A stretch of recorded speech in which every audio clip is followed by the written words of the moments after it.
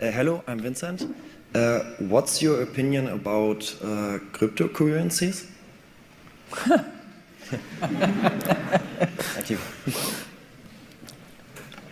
You know, what we have seen in the last 9 months or so, with Terra, with Luna, with FTX, with now Binance, I think proves the point that cryptos are a highly speculative asset, that people may want to invest if they're prepared to lose it all, but can also be used as a very evil device to pay for and account for transactions that are otherwise criminally sanctioned and not acceptable. So I have, as you can tell, a very low opinion of cryptos. I also, I'm also concerned about the level of bias and sometimes expression of hatred that is associated with the crypto community. People are free to, invest their money where they want. People are free to speculate as much as they want. People should not be free to participate in criminally sanctioned trade and businesses. And they should not be insulting those who actually argue this. Now, I know I'm looking at my communication director. He knows that in the next 3 hours, I will be bombarded with horrible and nasty X/tweets and other things. But I still believe what I just said about crypto. Going to a different economy, and we're going to be learning more about that as we go. But clearly, we're learning that things can be done from remote locations. We're learning that technology can replace people even more than we thought. We're not going back to the same economy. We're recovering, but to a different economy, and it'll be one that is more leveraged to technology. And I worry that that is going to make it even more difficult than it was for many workers. In Silicon Valley, and my friends who work in technology know that what we did to the manufacturing workers, we are now going to do to the retail workers, the call center workers, the fast food workers, the truck drivers, and then even bookkeepers, accountants, insurance agents, lawyers, and on through the economy. So what happened to the manufacturing workers is a very clear sign. And so we'll import Chinese-based CBDC technology. So it's going to be CBDC in a box provided to you by the People's Bank of China. But every stock, every bond, every currency, every commodity, every piece of art, every private business, every piece of real estate will eventually be a token on a blockchain, an entry on a ledger, permanent and immutable. We will have truth instead of trust, and we will save over $7 trillion a year. 6 to 8% of global GDP is wasted by the friction of the trust industry that's necessary when you have dual entry accounting. With triple entry accounting, which is what a blockchain is, we get rid of all of that friction. It's a beautiful future.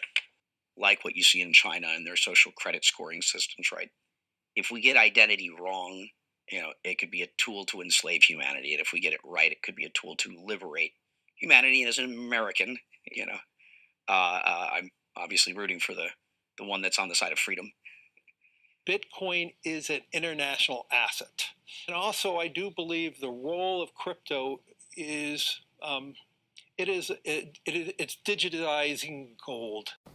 I actually believe this technology is going to be very important. Look at it. We have been part of a huge revolution in investing through ETFs. We believe that ETFs will be changing the whole way we invest. Many people still use it as a means, people are investing it for indexing. No, the majority of people who are putting money in in ETFs are active investors that are buying exposure. The entire bond market is being transformed as we talk right now.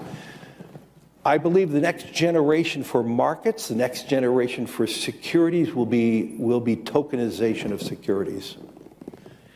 And if we can have that distributed ledger that we know every beneficial owner Every beneficial seller, we all have our code of who's buying, who's selling, instantaneous settlement. And think about it, it changes the whole ecosystem. Chinese bank ICBC has been hit by a ransomware attack, and the U.S. Treasury market, as a result of that, has been disrupted. This, according to the Financial Times. We're getting at more right now with Bloomberg's Shonali Bassick. Shonali, what do we know? Listen, we have the Financial Times now reporting that ICBC, one of China's largest banks here, was hit with a ransomware attack. And remember, they're a very significant intermediary in the Treasury market. The SIFMA has told its members that this has been part of the reason here that the system is kind of clogged up, if you will, during that auction that we saw a little bit before. The attack had prevented ICBC, according to the Financial Times, from settling Treasury trades on behalf of other market participants. A large executive at a major bank also telling the paper that such a large party on the fixed income clearing corp creates major concerns, potentially impacting the liquidity of Treasury markets. Now, it was not just a poor auction. It was absolutely lousy, and you know, when the dealers have to step in to save a treasury auction, that's a rare occurrence. And welcome to the Crypto Teacher. And guys, please like and subscribe if you do like what you're listening to. Please inform your friends and family and spread it all over social media.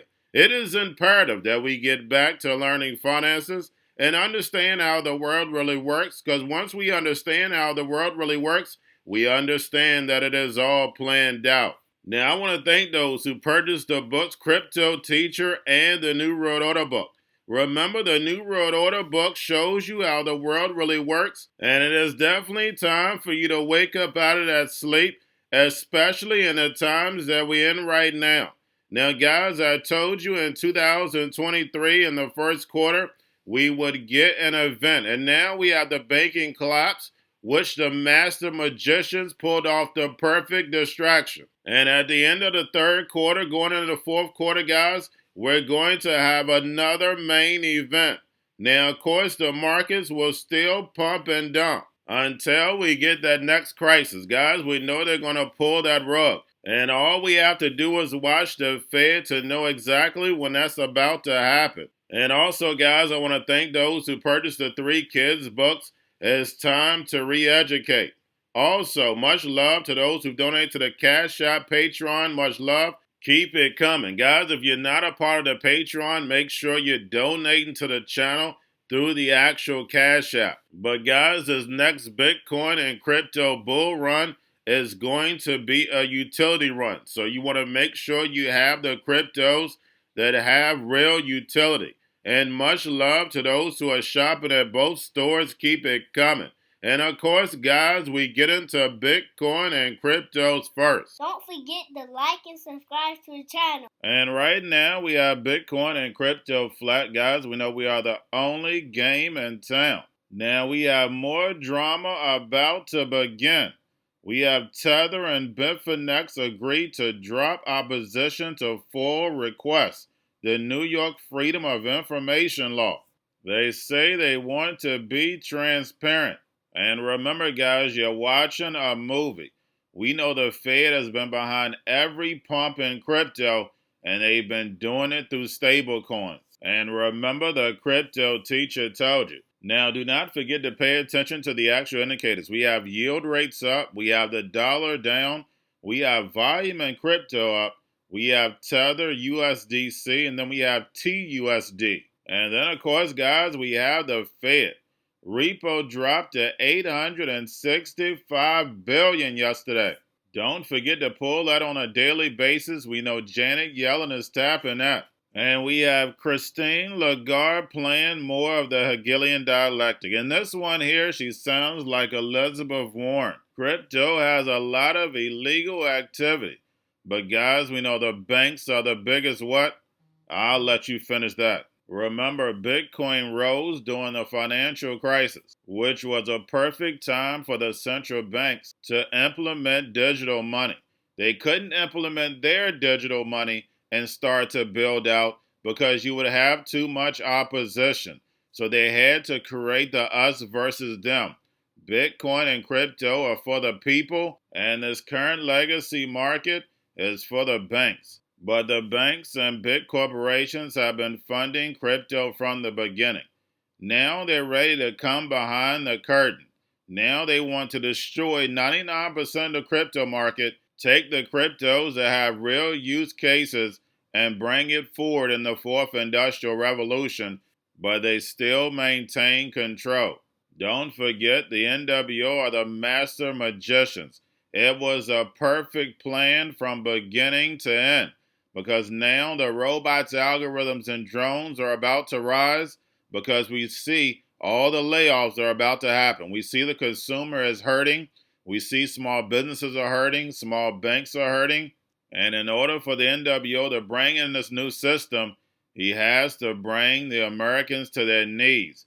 And then, of course, they already done the test on the free money, but this time it's going to be airdrop, telling you what, where, and when, and how to buy, and you have 3 to 6 months to spend it, or poof, it's gone. And the sheep go inside the metaverse. And remember, the crypto teacher told you.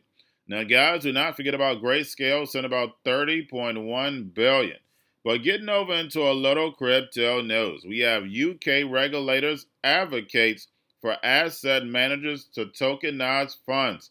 And guys, we know this is all about advancing the fourth industrial revolution. Everything's going to be tokenized and put on blockchain. And lastly, we have the crypto documentary Bull Run, movie about Bitcoin tokenization and trading addiction. And majority of these crypto documentaries, movies, are all propaganda. But guys, we know that's how they control the minds of the people. TV, social media. But remember, crypto means hidden message, hidden meaning. These cryptos are for the robots, algorithms, and drones. And the singularity net is near, where this whole economy will be ran without a human involved. And remember, the crypto teacher told you, because he knows when it comes to the NWO, it's all planned out. But guys, all I have for you. Don't forget about the books, Crypto Teacher and the New World Order book, plus the 3 kids books. It's time to re-educate. Also, new to cryptos, Coinbase, Bitrue, Binance. Do not forget book links and crypto links are in the description. The stock channel, guys. Don't forget to go like, subscribe, spread everywhere. You have your Kobo, your chip stocks, your banking, your gaming. While everybody's sitting at home, get on stocks, the Seaver, the biotech stocks.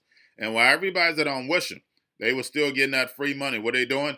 Drinking and smoking weed. Don't forget about those stocks, and you have a wonderful day. The most powerful person in the world is the storyteller. The storyteller sets the vision, values, and agenda of an entire generation to come. Steve Jobs. And guys, you know I truly believe in this. When you look at the New World Order, they're the storytellers. And that's the reason why I wrote my New World Order book. But guys, now it's time to change the current generation. And I wrote 3 kids books. You know, I love the Trinity because I understand the power that's in it. So I have 3 books. We have an opportunity to change the generation, to educate, not just me, but I want to show you that I take action on a daily basis. And I want you to take action on a daily basis. Whether it's your job, whether it's in your community, we have an opportunity right now to educate the masses. I posted this on my Twitter account. Please share, but this is a short clip of the 3 books. There's going to be a clothing line and action figures. Please get these books for your kids, nephews, cousins, friends, so therefore we can start the re-education now. Because as we see, the 4th Industrial Revolution foundation is definitely here. Robots, algorithms, drones, taking humanity out the picture. We have to re-educate. But let's get into the video. Part 1. King Joshua and Grandma Tam save the village. Part 2. King Joshua and Grandma Tam save New York from COVID-33. Part 3. King Joshua and Grandma Tam goes to China. It's mandatory to get part 1, part 2, and part 3 of this series. It's time to re-educate Generation Z.